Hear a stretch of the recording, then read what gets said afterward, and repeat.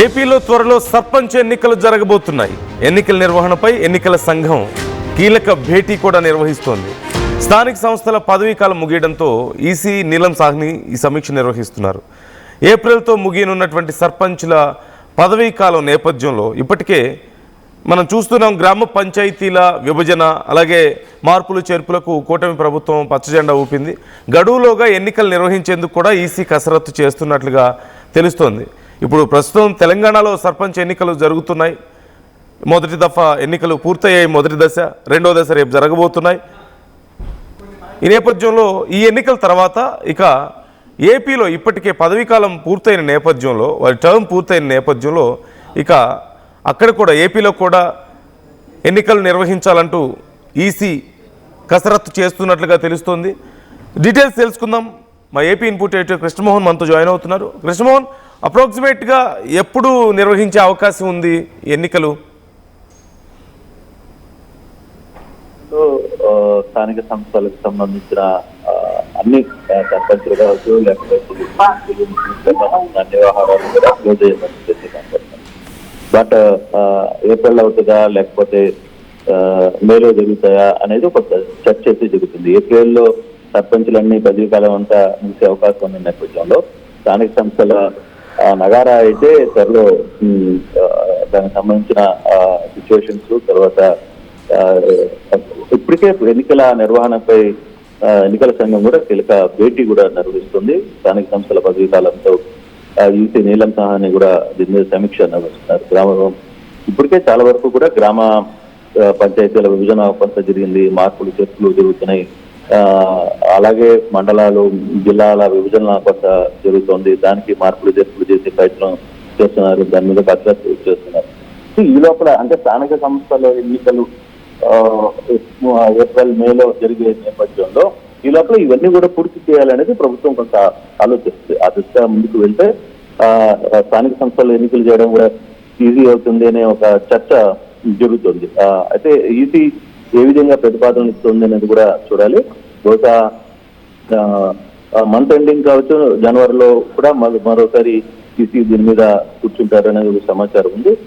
దాన్ని బట్టి ఇప్పుడు మార్పులు చేర్పులు చాలా వరకు కొన్ని మండలాల్లో కూడా విభజన జరుగుతుంది. ఏ మండలాలు ఎక్కడికి వెళ్ళాలి అనే దాని మీద కూడా ప్రభుత్వం కసరత్తు చేస్తున్న పరిస్థితుల్లో కొంత టైం పెట్టే పరిస్థితి అయితే ఉంది. కానీ ఈసీ మాత్రం స్థానిక సంస్థల ఎన్నికలు నిర్వహించడానికి సమాయత్తం అయితే అవుతోంది. ఆ దిశగా ముందుకు వెళ్లే ప్రయత్నానికి అన్ని రకాల చర్యలు అయితే చేపడుతున్నారు. Okay, right. Thank you Krishnamohan, thanks for the details. So ఎప్పుడు అనేది ఇంకా ఎగ్జాక్ట్గా తెలియలేదు. కాకపోతే ఏప్రిల్లో అప్రాక్సిమేట్లీ నిర్వహించడానికి సన్నాహాలు చేస్తున్నట్లుగా తెలుస్తోంది. మరోవైపు ఏపీ ప్రభుత్వం కూడా ఇప్పటికే ఈ పంచాయతీల్లో ఉండేటువంటి విభజన కార్యక్రమాలు కానీ ఇతర కార్యక్రమాలకు సంబంధించి ప్రభుత్వం కూడా కసరత్తు చేస్తుంది.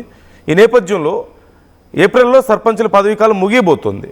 మరి ఏప్రిల్లో ముగిస్తే మేలో ఎన్నికలు జరిగే అవకాశం ఉందా, లేకపోతే ఇంకేదైనా సమయం పడుతుందా?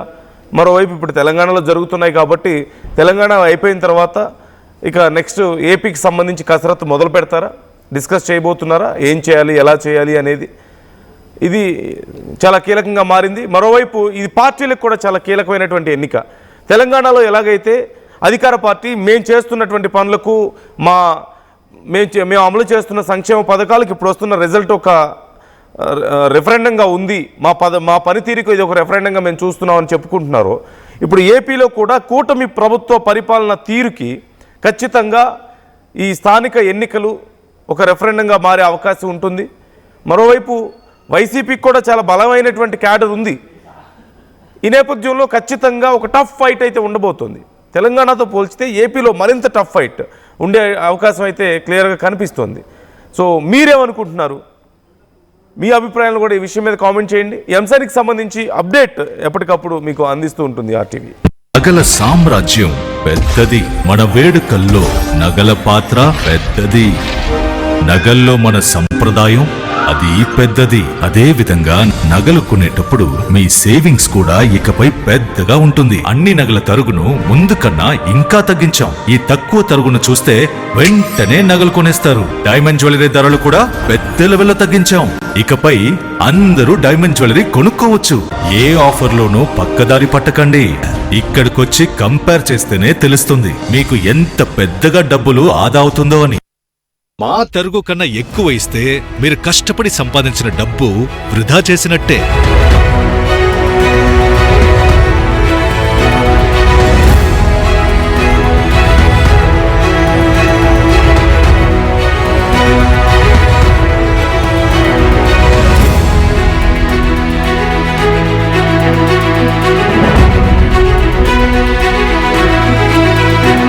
లలితాలో నగలు కొనండి, ఎక్కువ డబ్బులు ఆదా చేయండి. షాద్నగర్ వైపు ఉన్న స్వర్గసీమ వెంచర్ లో ప్లాట్ల పండగొచ్చింది. నూతన వెంచర్ అమేయ రూపంలో అప్రూవ్డ్ ప్లాట్లు, resort facility, reasonable price. Swargaseema వారి నూతన వెంచర్ అమేయ.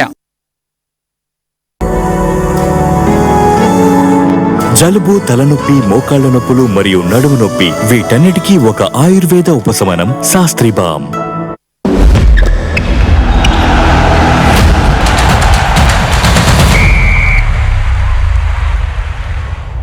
చరిత్ర సృష్టించినోడు